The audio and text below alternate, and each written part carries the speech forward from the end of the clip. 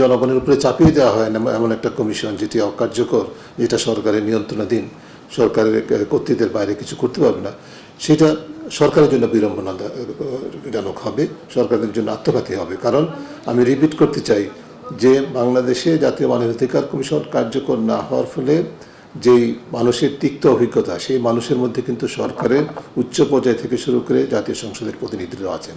তারা সেই ইতিহাস কেন, সেই অভিজ্ঞতা কেন ভুলে যাবেন? আমরা মনে করি না এটা ভুলে যাবেন, তারা এটা গুরুত্ব সরকার নেবেন।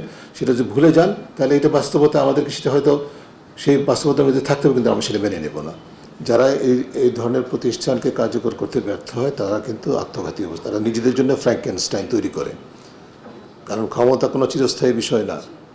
আজকে যে প্রতিষ্ঠানকে অকার্যকর করা হচ্ছে, রাজনৈতিক বায়াস বা দলীয় প্রভাবে প্রভাবিত করা হচ্ছে, সেই প্রতিষ্ঠানের অকার্যকরতা এবং নেতিবাচক যে ফল হয় সেটার ভুক্তভোগী কিন্তু আবার আজকে যারা করছেন তারাই কিন্তু সেটা শিকার হয়। এটা কিন্তু পৃথিবীর অভিজ্ঞতা বলে, বাংলাদেশের অভিজ্ঞতা বলে।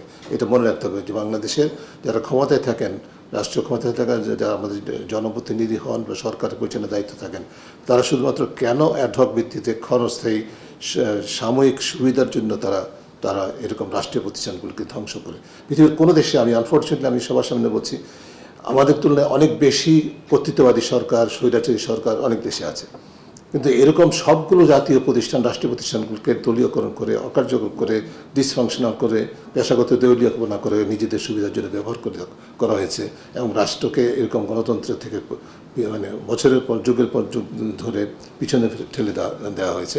এরকম দৃষ্টান্ত পৃথিবীর খুব কম দেশে আছে বলে আমি হতাশার সঙ্গে অত্যন্ত দুর্ভাগ্যজনক এই কথাটা বলছি। আমরা এই অবস্থা থেকে পরিবর্তন চাই।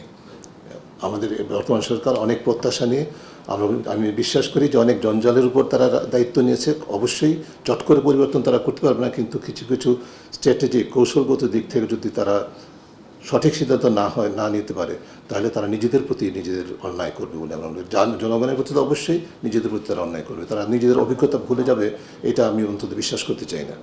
কোনো না কোনো কারণে একটা যে কথাটা আলোচিত হয় না, আমি এই ঘরে আরও অনেকবার বলেছি যে প্রতিরোধক শক্তি আছে সরকারের ভিতরেই, পরিবর্তনের বিরুদ্ধে শক্তি সরকারের ভিতরে আছে। সেটা রাজনৈতিক শক্তি যেরকম, কিন্তু তার চেয়ে অনেক সময় প্রভাবশালী শক্তি আমলাতন্ত্র, যেটার প্রতিফলন কিন্তু আমরা এই খসড়ার মধ্যে দেখতে পাই।